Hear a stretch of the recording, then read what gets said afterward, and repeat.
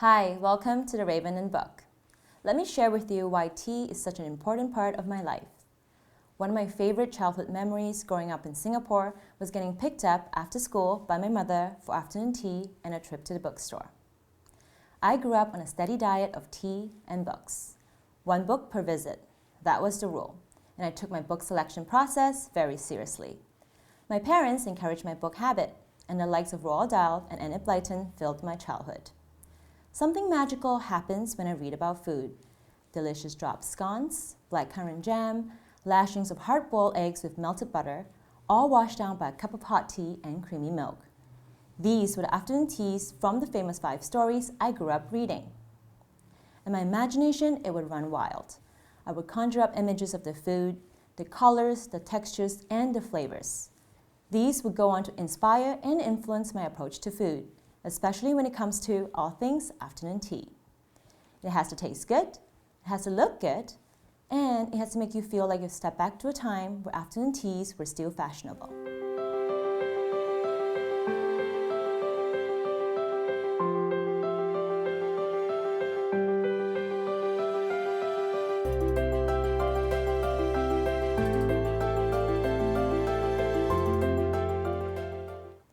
The idea of getting lost in the pages of a good book over a cup of tea and buttery scones with my mother was a family ritual I found comforting and reassuring.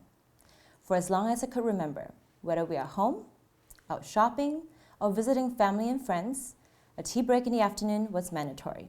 And not just any tea, it has to be desi gosong. Desi gosong is a term you'll hear quite often in Singapore.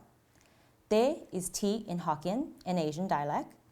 Si refers to the addition of milk, which is Hakka food slang. Gosong means 0 in Malay. When you put that all together, desi gosong means black tea with milk, no sugar.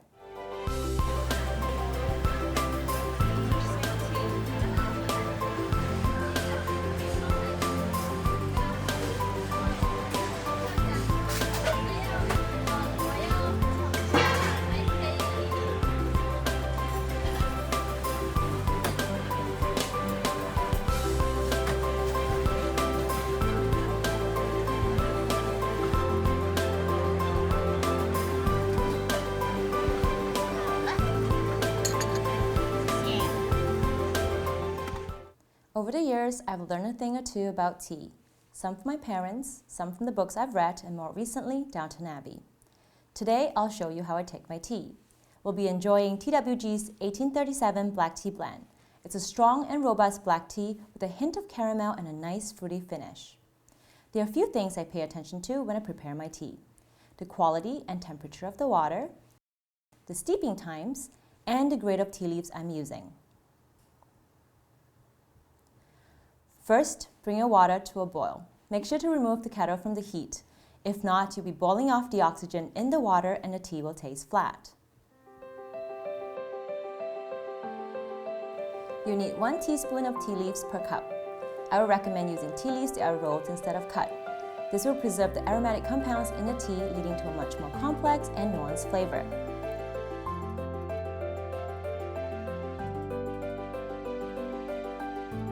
Different kinds of tea will require different steeping times. Because we are making a pot of black tea today, we'll be steeping it for 5 minutes. Once the tea is ready, remove the infuser and serve the tea with a side of milk. For those of us who like their tea sweet, add a drizzle of honey.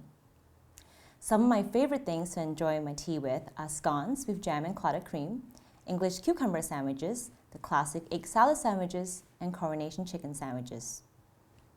Thank you for joining me on my tea journey today. Until next time.